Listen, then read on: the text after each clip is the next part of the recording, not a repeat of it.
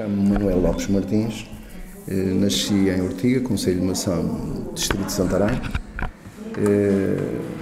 Ingressei na PSP em 1977, naturalmente que não passava pela cabeça ser polícia, mas as dificuldades da altura foram agravadas com o regresso de todas as pessoas que, entretanto, vieram da África, os chamados retornados, e os empregos começaram a escassear, como é óbvio, o trabalho. Eu, na altura, tive a felicidade de ter já feito, antes do 25 de Abril, o antigo 5º ano, que era quase um bacharelato, para não dizer uma licenciatura, e quando entrei na polícia, entrei justamente sem ser sujeito sequer a provas, porque desde que tivesse mais do 5º ano, não havia provas a fazer, só fiz provas médicas, justamente aqui neste edifício, ali ao lado. Entrei para a polícia, estive em Torres Novas, onde fiz o curso de agente, fui diretamente para o Corpo de Intervenção, não passei por outro processo, e no Corpo de Intervenção da PSP acabei por estar quase 11 anos. Mas ali exerci diversas funções. Assim que atingi o tempo suficiente para poder concorrer ao posto imediato, que na altura não existia ainda a Escola Superior, havia a Escola Prática de Polícia, depois é que vem a Escola Superior de Polícia e mais tarde o Instituto. Naturalmente que fiz o curso e fui subchefe. Fui um dos subchefes mais novos da Polícia Portuguesa na altura, porque eu entrei na polícia, tinha acabado de fazer 21 anos, fazendo anos a 4 de setembro, e eu entrei a 27 de setembro, praticamente por ali assim, 21 anos, 22 anos, perdão, por ali. O que é facto é que depois de ser subchefe, fiz o percurso dentro da intervenção ainda, até que decidi ir, já havia a Escola Superior de Polícia, entrar para o curso seguinte, e para o curso seguinte era o curso de chefes de esquadra, antigo curso de chefes de esquadra. Fiz esse curso, fui promovido a chefe de esquadra. No ano imediatamente a seguir criou-se o posto de subcomissário, fui promovido a subcomissário e fui comandar, para além de ter estado na escola prática em Torres Novas já, escola de formação de guardas, depois escola prática a dar formação aos novos agentes, fui comandar a esquadra do entroncamento, a esquadra policial do entroncamento. E na esquadra policial do entroncamento há de facto um episódio que me parece extraordinário e de grande importância, porquanto os meios técnicos que havia ao nosso dispor eram poucos e nós não havia autoestradas ainda, profusamente como há agora. Tínhamos muito trânsito a passar pelo interior da cidade, especialmente na rua Ferreira Mesquita, que é a rua dos quartéis militares, entre a CP e os quartéis militares. E havia ali excesso de velocidade, punha-se em risco a vida de pessoas. Houve um acidente grave à entrada da manutenção militar, lá do quartel mesmo, com ferimentos graves, que depois, não estou seguro, mas creio que a pessoa acabou por vir a falecer. E tínhamos de tomar medidas para minimizar ali os efeitos que tínhamos. E claro está que intensificámos as operações stop e queríamos um radar. Só que a PSP na altura tinha um radar que dava para Leiria e Santarém. Esse radar tinha que estar X dias em Leiria, X dias em Santarém. O distrito em si, naturalmente, que tinha 7 subunidades, o distrito de Santarém. Ora, o radar para ir ao entroncamento ia uma vez, de mês a mês.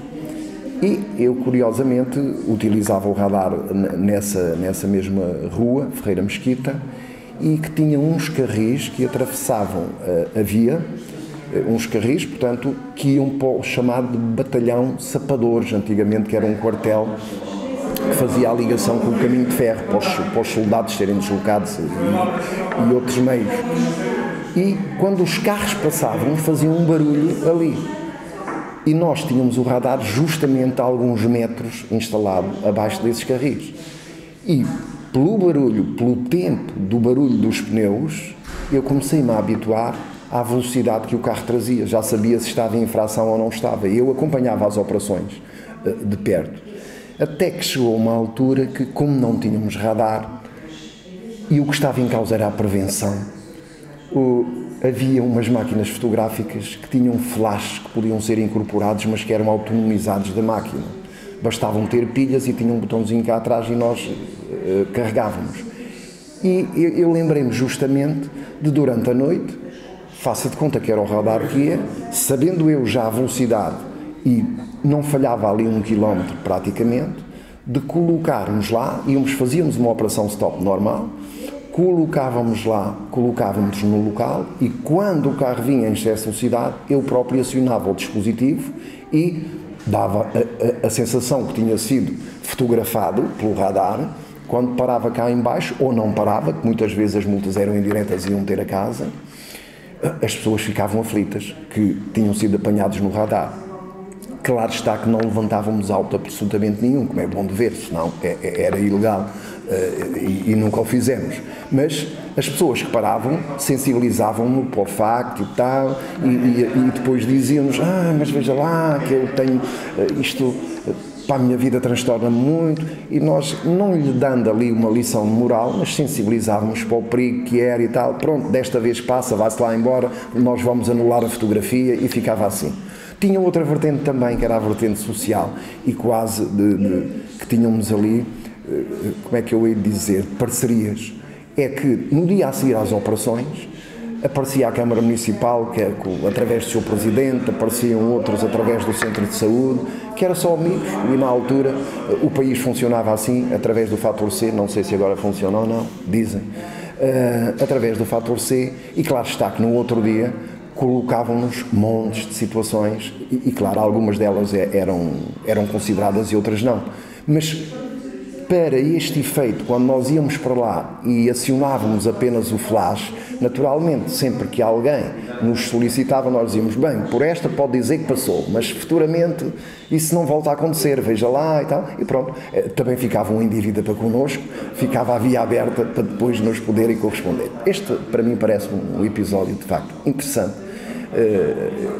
e que, factualizado na princípio da década de 90, está aí em 92, 93, mas que nos resolveu o problema ali na zona, porque todas as semanas nós lá tínhamos o radar, mas havia uma semana, de facto, por mês, um dia, que lá estava o radar a sério, e que aí assim, portanto, serviu-nos de facto de um trabalho de prevenção exemplar que foi feito com inovação, com criação. Depois tive outro episódio que me parece interessantíssimo, nos Açores. Nos Açores, eu fui para os Açores como segundo comandante do Comando Regional de Angra do Heroísmo. Mas estava também no Corpo de Intervenção? Não, isto já tudo fora do Corpo de Intervenção, porque eu quando fui promovido a oficial não voltei ao Corpo de Intervenção. Já fora do Corpo de Intervenção, daí ser o comandante da Esquadra de Polícia do Entroncamento, que não tem nada a ver com o Corpo de Intervenção. O Corpo de Intervenção, unidade especial, que eu poderia lá ter ficado, mas depois de ser oficial optei por não continuar lá. E nos Açores em que época é que teve? E nos Açores, de 97 a 2000. E nos Açores, quando cheguei, era segundo comandante e passei a comandante em exercício por vagatura do cargo do comandante. Passei a comandante em exercício, passado 2, 3 meses, assumi o comando e, curiosamente, os Açores tinha a particularidade, tinha e tem, especialmente o caso da Terceira, tem muitos cerrados com as vacas por ali, em que as pessoas levam uma pick-up por ali para irem ordenhar as vacas de manhã e à tarde. Naturalmente, o açoriano tem várias particularidades, uma delas é devagar e devagarinho também. E por vezes ia para a tasca e dava as chaves do carro ou à filha ou ao filho que ainda nem carta de condução tinham para ir aos cerrados. Havia riscos, havia tudo, e eu quis moralizar um bocado esse aspecto. Intensificamos as operações stop e desenvolvemos ali várias situações que naturalmente, que é a parte odiosa da polícia, quando esta parte do trânsito, quando se cai em cima das pessoas e que são punidas com coima ou com multa, como eram antigamente, sim, mas a polícia não tem mais nada que fazer, quer andar a autuar, etc, etc. Mas aqui o que estava em causa é que era um crime conduzir sem carta de condução, já. E para além disso era pôr em causa a integridade física até daquela juventude que conduziam por lá, iam conduzindo. Com tantas operações e com isto, eu tinha um oficial da sala de operações que era muito para a poesia, pensava muito com o coração, muito mais com o coração do que com a razão, muitas vezes, sendo certo que ambas devem de andar juntas. E um dia ele propõe-me, sugere-me, que vinha o Dia da Mulher aí a seguir, e como estavam a criticar tanto as nossas operações, fazermos uma operação de charme. Eu digo, está bem, em que é que constitui essa operação de charme? Ele diz, bom, íamos fazer uma operação stop, mesmo no centro da cidade de Angra, e fazemos uma operação seletiva. Só se mandam para as senhoras, porque é o Dia da Mulher, e nós fiscalizamos as senhoras. Ao fiscalizar as senhoras, têm carta de condução, oferecemos uma flor a cada uma delas, uma orquídea. E damos os parabéns, que a gente faz uma cadernetazinha com os parabéns por ter tudo em ordem, por ser uma condutora diligente, etc, etc, junto com a orquídea. Eu disse, mas tu estás doido? Tu sabes quanto é que custa uma orquídea a cada senhora? Não pode ser, isso é uma verba insuportável. Mas comecei a pensar e pronto.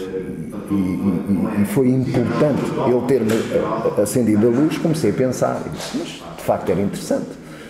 E liguei para a senhora do Conselho Administrativo para saber justamente as verbas que nós tínhamos para despesas de representação, que antigamente em termos de contabilidade, ainda agora há certas situações que se colocam, eram feitas em termos de duodécimos e por rúbricas. E eu queria saber, na rúbrica, o nosso duodécimo tinha sido decidido se não tinha. E tínhamos efetivamente verba que dava para comprar umas quantas orquídeas ainda razoáveis, não é? E nós, mais ou menos, pelos nossos cálculos, quantas pessoas é que haviam ou não haviam, senhoras a conduzir, comprámos o número de orquídeas suficientes com a verba e fizemos efetivamente a operação. E o que posso dizer é que a comunicação social local, a RTP dos Açores, os jornais da época, o Diário Insular e mais outro que havia, que não me recordo, deram um grande destaque à ação da polícia e esta foi, de facto, uma das ações extraordinárias, que não se gastou tanto assim, mas o que podemos fazer em prol do cidadão, do próprio cidadão, mas também de algumas operações de charme que me parecem importantes, que cheguem ao coração das pessoas e que possam assim compreender melhor a polícia, e começaram a compreender melhor a ação da polícia, que estávamos para uma coisa, mas estávamos para a outra também. Portanto, são estes dois episódios. Foi um sucesso, efetivamente. E pronto, basicamente, parece-me os episódios, claro está, que estávamos aqui muito tempo a falar de outros tantos, mas estes dois episódios para mim são marcantes porque se me afiguram que tiveram importância para a própria instituição. Sem grandes custos. O do entroncamento não teve custos nenhuns porque o flash era meu e eu só gastava a pilha e tinha que lhe pôr outra pilha de vez em quando e conseguimos ali minimizar alguns riscos que havia, naturalmente. O de Angra do Heroísmo, com custos para a polícia, com as flores, mas não tão elevados que não permitisse um benefício-custo, o benefício superior ao custo. Também a imagem que as pessoas ficaram da polícia. Justamente, para além da própria imagem. Foi efetivamente extraordinário. E é só. E relativamente, por exemplo, agora à sua função na associação? A minha função na associação é interessante porque eu fui presidente da Associação Socioprofissional dos Oficiais da Polícia. E de facto tive na altura uma certa projeção, porque era uma associação socioprofissional, mas que depois passou a sindicato. E como passou a sindicato, era mais relevante a função. E eu confesso que não gostava muito, mas como os associados, os sócios na altura escolheram que passássemos nós a sindicato também, claro que eu, pelo tempo que tinha sido eleito, tive que ser presidente do sindicato. E presidente do sindicato sabia das minhas funções e tinha que defender os interesses dos nossos sócios, claro, e dos oficiais da polícia. E então um dia, para a televisão, dei uma entrevista onde chamei politiqueiros e aventureiros a alguns senhores que passavam pela tutela e que nem sequer percebiam nada de polícia nem de segurança, porque toda a gente fala em segurança, mas quando se fala em segurança, a taxa de asneira por metro cúbico é elevadíssima. São tipo treinadores de bancada. E isso deu-me uma grande projeção, e assim que eu passei para a situação de aposentação, que já me conheciam, o pessoal da ANAP, portanto da Associação Nacional dos Aposentados, pelo menos uns quantos abordaram no sentido de eu avançar para presidir a direção nacional. Eu disse que não, queria um tempo de novo, queria descansar, mas a insistência foi de tal ordem que acabaram por me convencer ao fim do ano e tal, 2 anos, eu avancei, vou fazer 2 anos à frente da presidência e avancei. E vim encontrar a ANAP extremamente envelhecida. Em que os quadros entendam-se, quer os quadros diretivos, quer os nossos associados, rondavam praticamente uma média de idades entre os 70 e 73 anos, nas várias delegações. Isto é, fizeram um trabalho de eleição, porque a ANAP tem a sua gênese no pessoal que vem do ultramar também e que tinha necessidades de defender os seus direitos e os seus interesses, e é aqui que surge a ANAP, que é criada justamente por isso, mas depois era pessoal novo ainda, foi envelhecendo, esqueceram-se que era preciso renovar a frota, como eu costumo dizer, não é? E não fizeram muitos novos associados, pessoal sobretudo de idade, sendo mais novos. E então, assim que eu entrei para a ANAP, foi uma das prioridades, foi justamente avançarmos com a renovação dos nossos associados em termos de idades. Isto é, utilizar uma frase que eu muito utilizo, irmos buscar esta novidade de aposentados para constituir uma novidade. E o que é esta novidade? Tem que ser um novo paradigma da ANAP. A ANAP tinha, a visão da ANAP era o companheirismo e a amizade, consubstanciava-se na organização de excursões, que foram perdendo o seu efeito, até porque toda a gente tem carro agora e com a família de uma forma ou de outra vai, sendo-se que ainda há uma ou outra que é organizada, e tinha a sua expressão máxima no companheirismo e amizade, refletindo-se esse companheirismo e amizade em encontros com os almoços, com os jantares, convívio, e ponto final. E eu pensei que haveria necessidade de ir mais além, mudar o paradigma da ANAP. E um dia, na Direção Nacional, justamente à espera para ser recebido pelo seu Diretor Nacional, há uma jovem que foi minha aluna em Torres Novas e que me falava que a ANAP podia fazer mais do que o que está a fazer. Que ela própria, morando numa casa dos serviços sociais, de repente sentiu um casal de idosos que moravam no 2º andar, deixou de os ver a descer a escada, já não os via, e foi lá bater à porta para ver o que é que se passava, e eles contaram que tinham muita dificuldade de mobilidade, que não dava para subir e descer todos os dias, que a senhora já não descia e que ele arrastava-se uma vez por semana, e era quando era para ir fazer umas comprinhas e tal, e que não podia mais. E ela, que estava no ativo, e que ainda está, morava no resto de chão da mesma casa dos serviços sociais, com o mesmo número com a mesma tipologia. Eu disse, mas não há problemas, eu dou-vos o resto de chão, os senhores já podem assim sair à rua, e eu passo para o 2º andar. Mas os serviços sociais não vão aceitar, deixe estar que eu vou tratar. E ela, como estava no gabinete de apoio à Direção Nacional, fácil foi tratar das coisas com celeridade. E resolveu isso. E quando resolveu isso, e quando me disse isso, eu fiquei, lançou as sementes ali assim. Eu depois de ser recebido pelo seu Diretor Nacional, vinha para casa e vinha a pensar justamente, nós podemos ir mais além. Podemos, desde que nos possamos virar para a solidariedade. Então, de repente eu disse, se nós conseguíssemos implementar um programa de apoio aos polícias com idade, que lhe proporcionasse um envelhecimento ativo e uma longevidade com melhor qualidade também, nós se calhar colocávamos um enfoque muito especial na ANAP e já era outra coisa. E então, de repente, lembrei-me que havia uma chefe na banda de música, pessoa também amiga, e o marido, e essa senhora chefe tinha estado a estagiar na Gebalis, porque se licenciou, entretanto, em Ciências Sociais, Serviço Social, e tinha estado a estagiar em Gebalis justamente a partir da zona dos Olivais, e eu conhecia muito bem. E estava a fazer um serviço de voluntariado, tinha acabado o estágio após a licenciatura e fazia voluntariado justamente na Gebalis. E eu lembrei-me, isto é uma mais-valia, vamos chamá-la. Chamei-a, disse-lhe se ela estava disponível para o voluntariado dentro da ANAP, para ajudarmos os idosos, e tivemos ali os dois a ver o nome que havíamos de dar, programa, não programa.